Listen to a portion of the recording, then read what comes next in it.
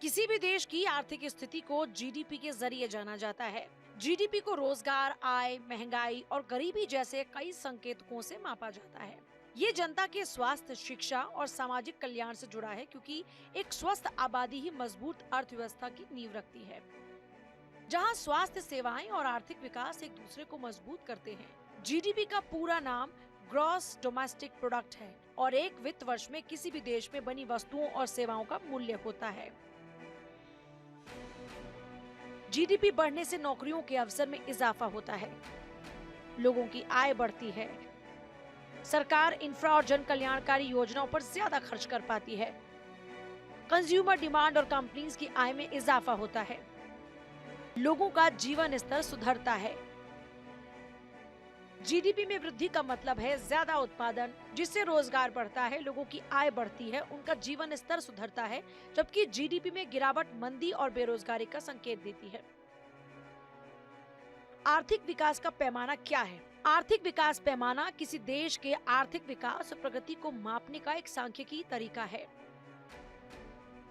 GDP आम आदमी पर सीधा असर करती है। अगर जीडीपी बढ़ती है तो लोगों पर सकारात्मक असर होता है। सरकार के हाथ में ज्यादा पैसा आता है, जिस कारण से सरकार जन कल्याणकारी योजनाओं पर ज्यादा पैसा खर्च कर पाती है। आर्थिक प्रदर्शन बताता है कि कोई देश कितना बड़ा उत्पादक है और उसकी इकोनॉमी कितनी मजबूत है। आर्थिक स्वास्थ्य, जीडीपी बढ़ने का मतलब है ज्यादा रोजगार, कमाई और खर्च, जो अच्छी अर्थव्यवस्था का संकेत है।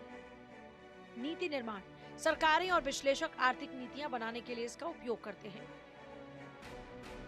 किसी देश के सकल घरेलू उत्पाद यानी जीडीपी के सभी घटकों में से विदेशी व्यापार संतुलन विशेष रूप से महत्वपूर्ण है।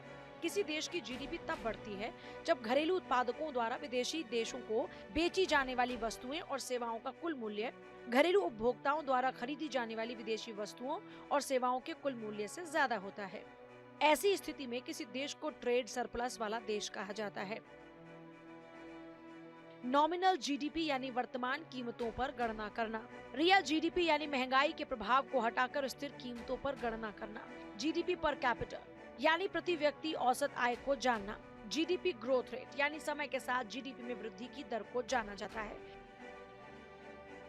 भारत आज दुनिया की सबसे तेजी से बढ़ती अर्थव्यवस्था है। भारत में जीडीपी नए आंकड़ों के मुताबिक लगभग 4.18 ट्रिलियन डॉलर है और ये दुनिया की चौथी सबसे बड़ी इकोनॉमी बन गई, जिसने हाल ही में जापान को पीछे छोड़ दिया।